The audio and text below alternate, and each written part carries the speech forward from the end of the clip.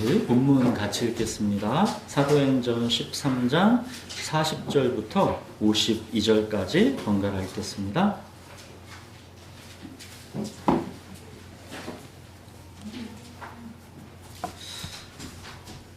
그런즉 너희는 선지자들을 통하여 말씀하신 것이 너희에게 미칠까 삼가라. 이르시되 보라 멸시하는 사람들아 너희는 놀라고 멸망하라. 내가 너희 때를 당하여 한 일을 행할 것이니 사람이 너희에게 일러줄지라도 도무지 믿지 못할 일이라 하였느니라 하니라. 그들이 나갈새 사람들이 청하되 다음 안식일에도 이 말씀을 하라 하더라. 회당의 모임이 끝난 후에 유대인과 유대교에 입교한 경건한 사람들이 많이 바울과 바나바를 따르니 두 사도와 더불어 나가라고 항상 하나님의 은혜 가운데 있으라 권하니라. 그 다음 안식일에는 온 시민이 거의 다 하나님의 말씀을 듣고자 하여 모이니 유대인이 그 무리를 보고 시기가 가득하여 바울이 말한 것을 반박하고 비방하거든 바울과 바나바가 담대히 말하여 이르되 하나님의 말씀을 마땅히 먼저 너희에게 전할 것이로되 너희가 그것을 버리고 영생을 얻기에 합당하지 않은 자로 자처하기로 우리가 이방인에게로 향하노라. 주께서 이같이 우리에게 명하시되 내가 너를 이방의 빛으로 삼아 너로 땅끝까지 구원하게 하리라 하셨느니라 하니. 이방인들이 듣고 기뻐하여 하나님의 말씀을 찬송하며 영생을 주시기로 작정된 자는 다 믿더라. 주의 말씀이 그 지방에 두루 퍼지니라. 이에 유대인들이 경건한 귀부인들과 그 신의 유력자들을 선동하여 바울과 바나바를 박해하게 하여 그 지역에서 쫓아내니 두 사람이 그들을 향하여 발에 티끌을 떨어버리고 이고니온으로 가거든 제자들은 기쁨과 성령이 충만하니라. 아멘. 우리는 지난 2주에 걸쳐 이 바울의 설교를 같이 살펴보았습니다. 바울은 하나님께서 약속대로 보내신 이 예수 그리스도, 그 썩음당하지 않은 분을 힘입는 죄사함과 하나님과의 화평을 전했습니다. 자, 이어서 바울은 하나님께서 주시는 이 은혜의 복음을 거부하는 자들에 대하여 구약의 하박국 말씀을 인용해서 경고합니다. 41절 이 말씀은 하박국 1장 5절을 바울이 인용한 것입니다. 이 말씀은 이스라엘 백성이 이 바벨론에게 멸망당하기 직전에 그 하나님의 경고의 말씀입니다. 하박국 선지자가 이스라엘 백성의 멸망을 예언했을 때 그 하나님의 경고의 말씀은 이스라엘 백성들에게는 도무지 믿지 못할 일이었습니다. 하나님께서 어떻게 성전에서 제사하고 율법을 지키는 우리들을 이방 나라를 통해 멸망시킬 수 있는가? 도무지 믿지 못할 일이었던 것이죠. 그러나 실제 역사는 어찌 되었습니까? 그들은 하나님의 경고대로 바벨론에게 철저하게 멸망당했지요. 예루살렘 성전까지도 다 파괴되어 버렸습니다. 바울이 이 하박국 말씀을 지금 인용한 것은 그 도무지 믿지 못할 일, 멸망이 하나님의 말씀대로 정말 그렇게 실현되었던 것처럼 회개하고 예수 그리스도의 복음을 믿지 않는 자는 말씀대로 반드시 멸망할 것이다라는 강력한 경고입니다. 하나님께서 약속하신 대로 구원자 예수 그리스도가 오셨듯이 마찬가지로 하나님께서 말씀하신 대로 멸망 또한 반드시 이루어진다는 것입니다. 여러분, 우리는 하나님의 은혜의 복음에서 이 멸망의 말씀을 제외시키면 안 됩니다. 하나님이 세상을 이처럼 사랑하사 독생자를 주셨으니 이는 그를 믿는 자마다 멸망하지 않고 영생을 얻게 하려 하심이라. 이것이 구원자로 오신 예수님의 말씀이죠. 영생을 얻게 하려 하심만 있는 것이 아니라 그 앞에 멸망하지 않고가 먼저 있는 것입니다. 우리 인간은 그냥 있는 모습 그대로 이대로 가만히 두면 멸망입니다. 내 마음에 하나님이 영원히 없는 상태, 영원한 하나님과의 관계 단절, 이것이 멸망입니다. 뭘 죄를 더 지으려고 애쓰고 노력해야 우리가 멸망하는 게 아니라 그냥 우리가 이대로 가만히 있으면 우리는 멸망입니다. 마음속에 하나님이 없는 인생, 하나님과 관계가 단절된 인생, 즉 땅에서 뿌리가 뽑혀 있는 나무는 크리스마스 추리처럼 그 장식이 아무리 화려해도 시간이 지나면 곧 말라버리는 것입니다. 마음속에 하나님이 없는 이 멸망, 이 죽음에서 우리를 구원하시려고 하나님의 아들 예수 그리스도가 임마누엘로 오신 것입니다. 사랑하는 여러분, 우리에게 진정 필요한 것은 약간의 위로와 만족, 그 정도가 아닙니다. 떡을 먹고 배부르게 되는 것, 육체와 마음의 치료, 건강하게 오래 사는 것, 이 땅에서의 복잡한 문제 해결, 이생의 자랑과 성공, 여기에만 하나님을 필요로 하는 것, 이 종교 생활로 우리가 결코 충분하지가 않습니다. 그런 것들이 필요 없는 것은 아니지만 그게 우리에게 약간의 위로와 즐거움, 만족을 주는 게 맞지만 그걸로 우리의 영혼이 충분하지를 않습니다. 우리에게는 죄사함을 통한 하나님과의 화평이 절대적으로 필요합니다. 우리 영혼이 하나님과 화평해야 우리가 그때 진정한 만족과 행복과 그 무엇보다도 안식이 있는 것입니다. 우리에게는 하나님이 내 마음에 계셔서 하나님을 호흡하는 이 참된 생명, 영원한 생명, 이 영생이 있어야 하는 것입니다. 그래서 예수님께서 내가 온 것은 양으로 생명을 얻게 하고 더 풍성히 얻게 하려 하심이라 하신 것입니다. 예수님이 여기서 주시겠다라고 말씀하시는 이 생명, 이건 우리 목숨 말씀하시는 게 아닙니다. 하나님을 호흡하고 누리는 생명, 하나님이 내 안에 계시는 영원한 생명, 이 영생을 말씀하시는 것입니다. 그래서 하나님이 예수님을 보내신 것도 영생을 얻게 하려 함이다, 그러시는 겁니다.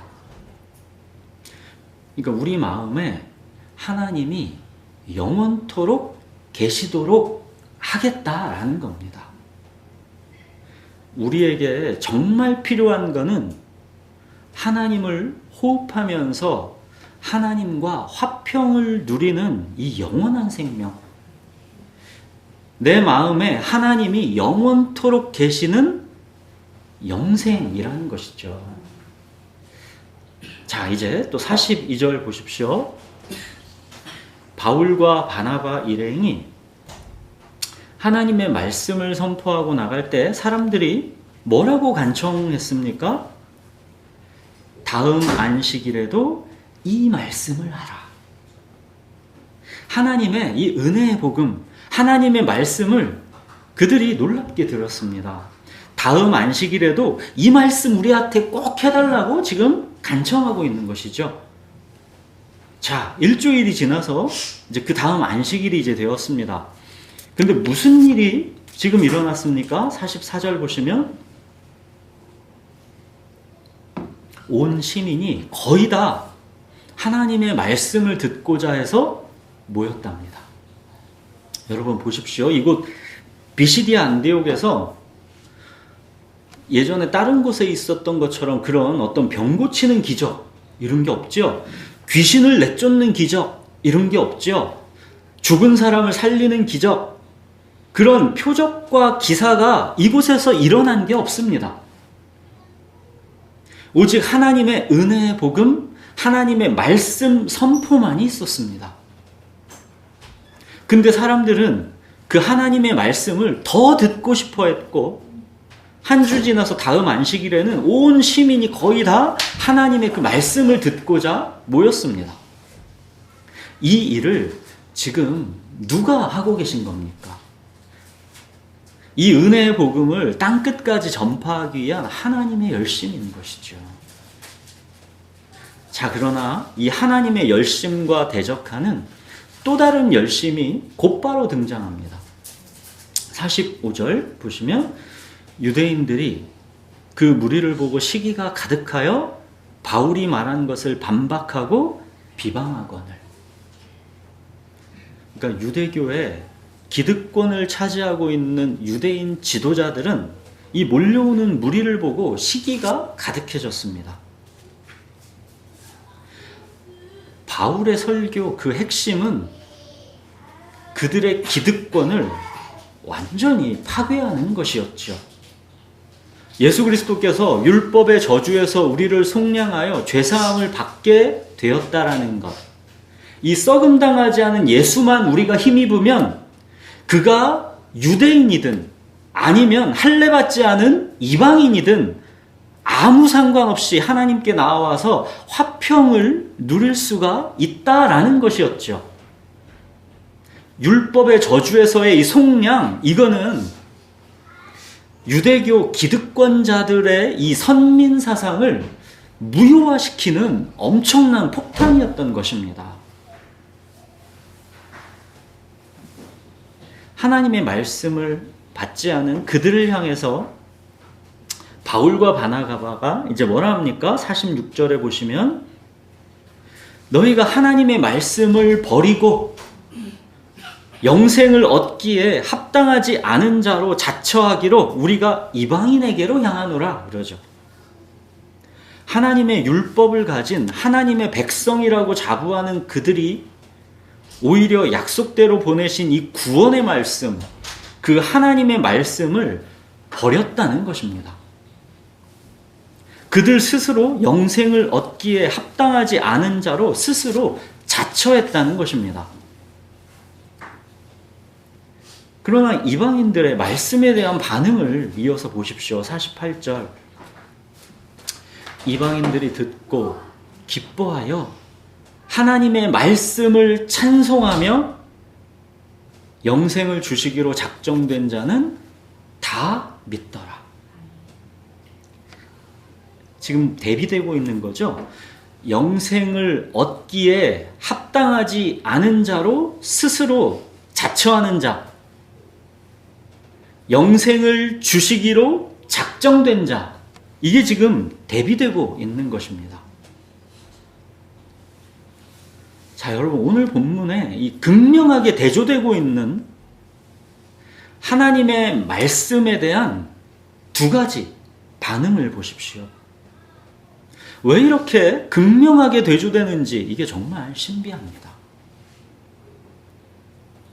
먼저 하나님의 말씀을 기쁘게 받아들이는 자의 반응 보십시오. 42절 봤죠?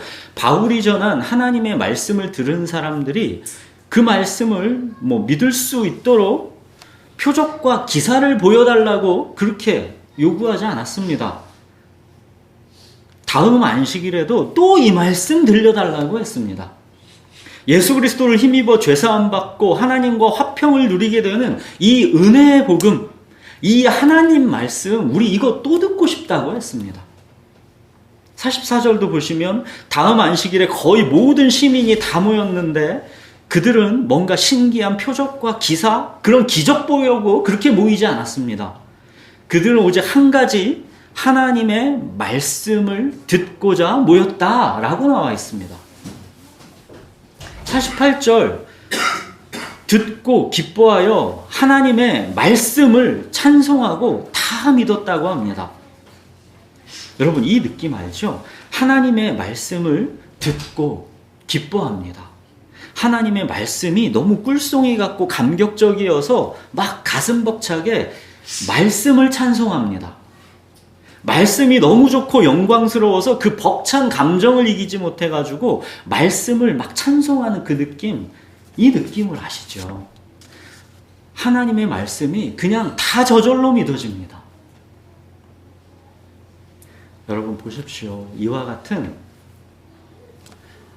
말씀애로의 이끌림, 말씀으로 막 이끌리는 것, 이게 믿음입니다. 믿음은 내가 어떤 구원받는 종교적 지식을 아는 걸 말하는 게 아닙니다. 하나님의 말씀애로의 이 신비로운 이끌림, 이게 믿음입니다. 하나님의 말씀이 왠지 모르게 그냥 좋고 감격적이어서 말씀을 찬송하게 되고 그 말씀이 다 저절로 믿어지는 것입니다. 여러분, 이것이 믿음입니다. 여러분, 이 믿음이 우리 스스로에게서 생겨나는 것입니까? 내가 믿기로 선택하고 결정해서 내가 이제부터 예수 그리스도 믿고 구원받겠습니다. 이게 내 선택과 결정으로 되는 겁니까? 아닙니다. 영생을 주시기로 작정된 자가 믿는 것입니다. 하나님께서 창세전에 택하고 부르신 자에게 이 믿음을 선물로 주시는 겁니다. 자, 그 다음에는 말씀을 거부하고 버리는 자들을 보십시오. 41절 보시면 선지자들을 통하여 말씀하신 것에 대한 그들의 반응이 뭐였답니까? 멸시하는 사람들아, 그러죠. 하나님의 말씀을 멸시했다는 것입니다. 45절, 바울이 전한 하나님의 말씀을 그들이 뭐래요? 반박하고 비방했다라고 합니다. 또 46절, 하나님의 말씀을 버렸다라고 합니다. 말씀을 듣고 기뻐하고 찬송하고 다 믿는 사람들이 있고, 또 한쪽에서는 말씀을 멸시하고 반박하고 비방하고 버리는 사람들이 있습니다. 말씀의 씨가 똑같이 뿌려지는데도 말씀을 품는 좋은 땅이 있고 말씀을 버리는 나쁜 땅이 있습니다. 바울이 전한 이 하나님의 말씀에만 이렇게 두 가지 반응이 쫙 극명하게 나타나는 게 아니라 말씀이 육신이 되어 이 땅에 오신 예수님의 말씀에도 반응은 이렇게 극명하게 대조되었습니다. 우리 요한복음 10장을 한번 잠깐 볼까요? 요한복음 10장 25절에서 28절까지를 잠깐 보겠습니다. 신약 163페이지입니다. 신약 163페이지에 요한복음 10장 25절에서 28절까지, 여기에도 지금 예수님의 말씀에 이 극명하게 두 가지 반응이 대조되는 게 나오고 있죠. 요한복음 10장 25절에서 28절까지 제가 읽겠습니다. 예수께서 대답하시되 내가 너희에게 말하였으되 믿지 아니하는도다. 내가 내 아버지의 이름으로 행하는 일들이 나를 증거하는 것이거늘 너희가 내 양이 아니므로 믿지 아니하는도다. 내 양은 내 음성을 들으며 나는 그들을 알며 그들은 나를 따르느니라.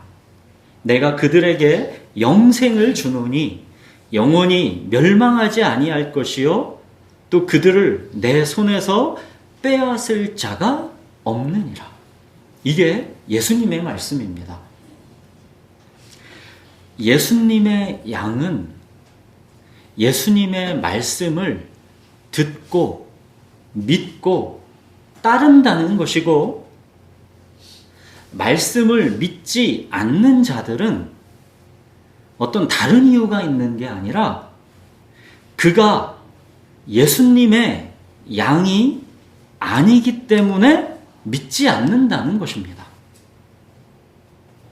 오늘 본문에서는 말씀을 듣고 믿는 자들을 영생을 주시기로 작정된 자라고 말하고 있는 것이고, 말씀을 거부하고 버리는 자들을 영생을 얻기에 합당하지 않은 자로 자처하는 자라고 말하고 있는 거죠. 예수님의 양, 예수님의 양이 아닌 자, 이렇게 나누는 것이죠.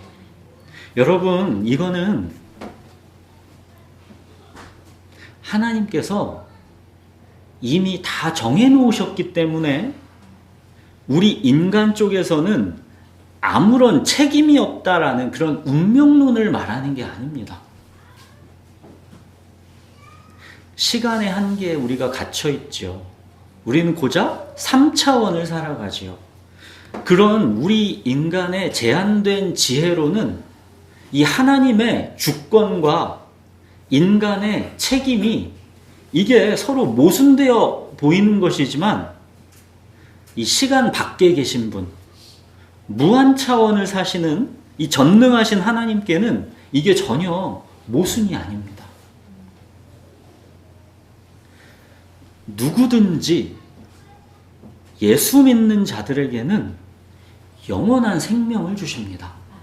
누구든지입니다. 누구든지.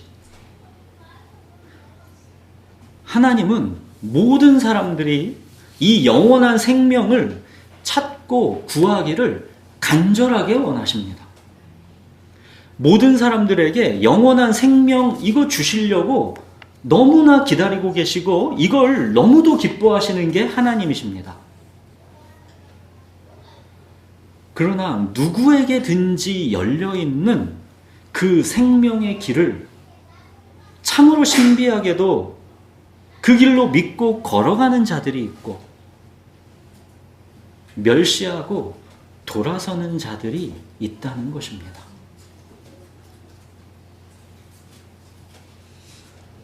여러분, 하나님의 작정은 뿌리입니다. 우리가 예수님을 믿는 믿음은 열매입니다. 이 뿌리 없는 열매는 있을 수가 없는 겁니다. 그리고 우리는 이 뿌리를 확인하고 볼 수 있는 게 아니라, 저 사람이 작정받은 자인지 아닌지 그건 우리 영역이 아닙니다. 우리는 이 믿음이라는 나타난 열매를 보고 나서야 하나님의 작정이라는 뿌리를 알게 되는 것입니다.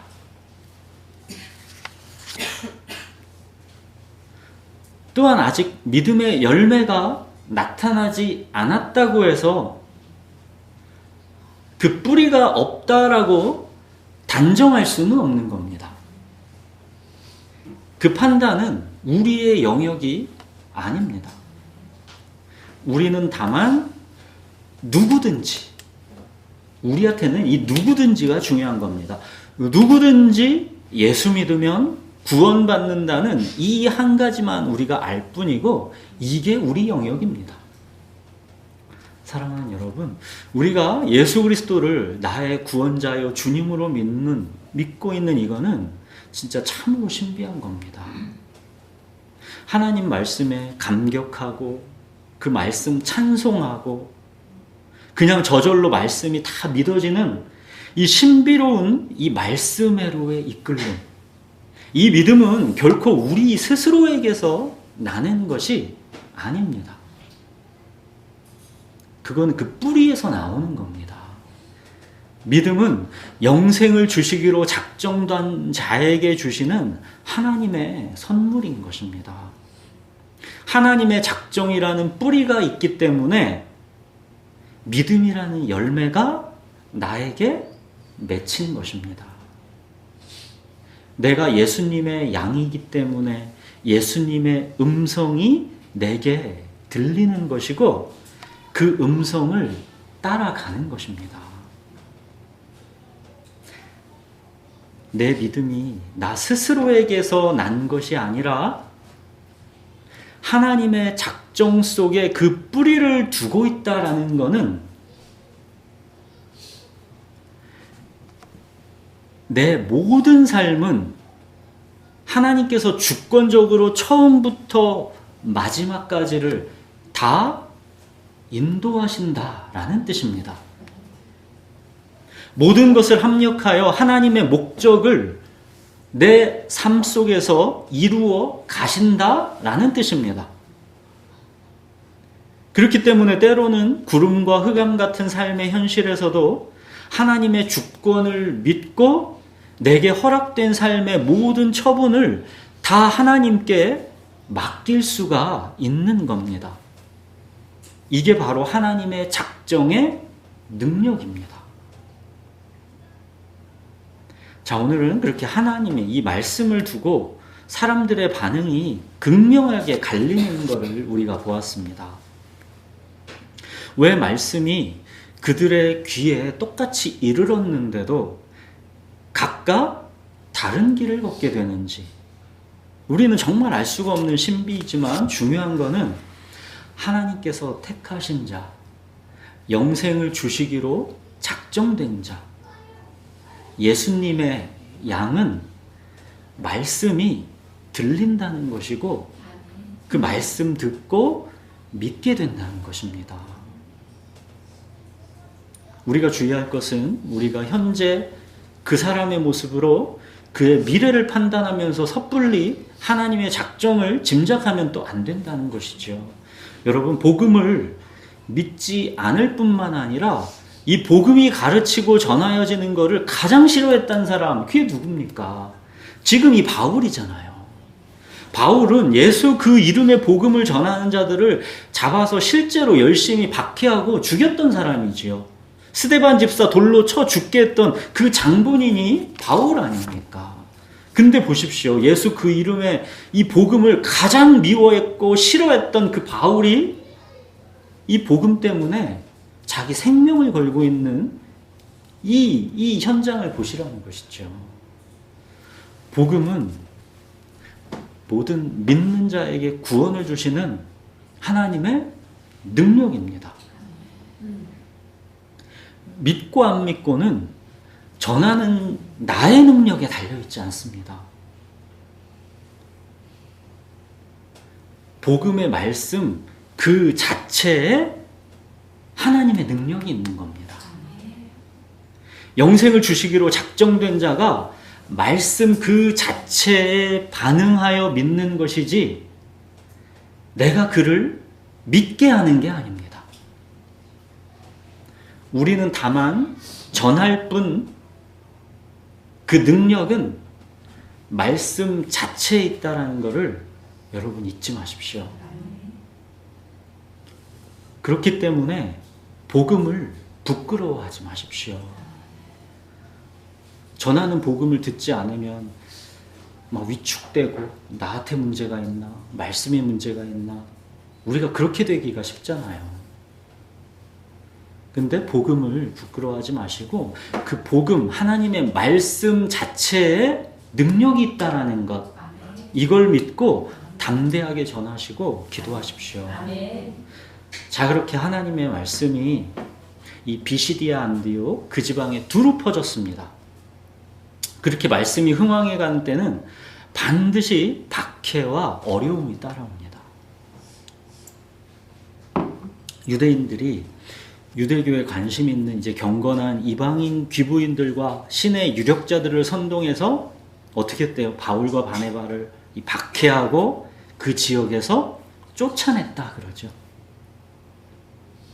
자, 그리고 이제 마지막 52절, 제자들은 기쁨과 성령이 충만하니라. 박해받고 쫓겨나고 막 그런 거랑 상관없다라는 거예요. 여러분, 그리스도인들의 이 땅에서의 허락된 우리 삶의 조건이 어떠하든 우리 그리스도인들의 트레이드마크는 기쁨과 성령의 충만입니다. 여러분, 하나님의 말씀을 우리가 듣고 기뻐하고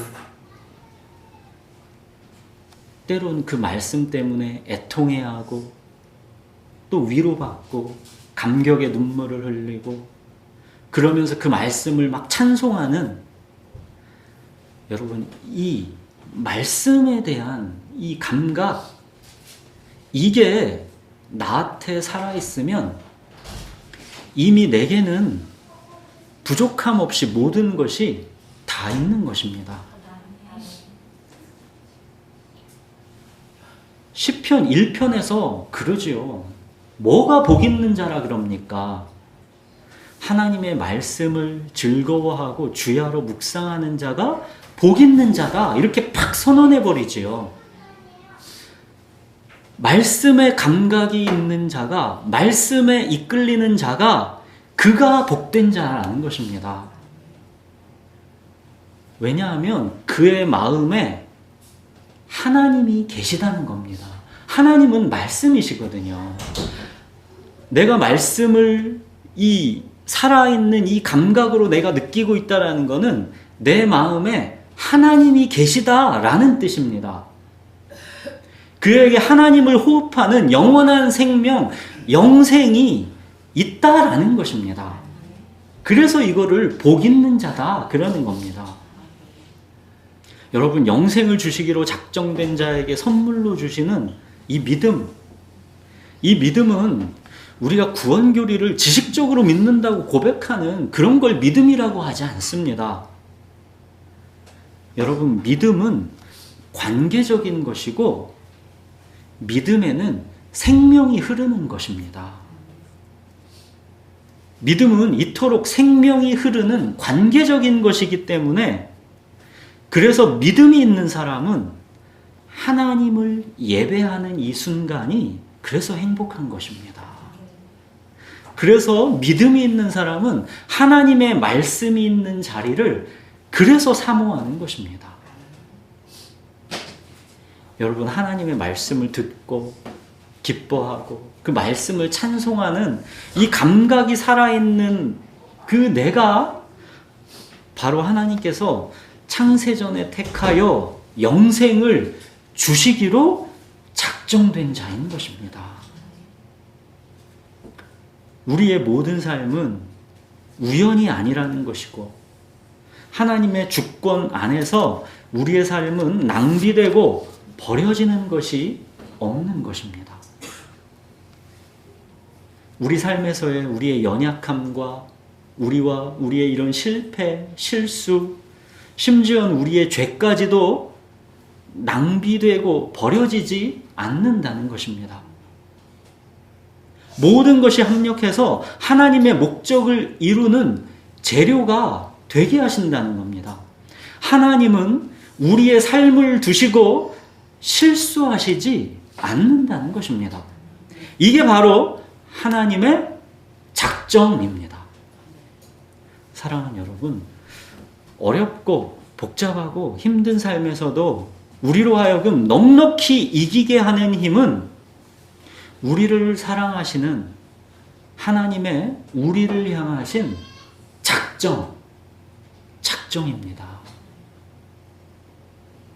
하나님의 작정은 우리 운명이 이미 결정되어 있다는 그런 피동적인 운명론을 말하는 게 아니라 하나님의 역동적 주권이 모든 것을 합력해서 하나님의 목적을 이루어 가신다라는 이 시간의 과정을 포함하는 걸 말하는 것입니다.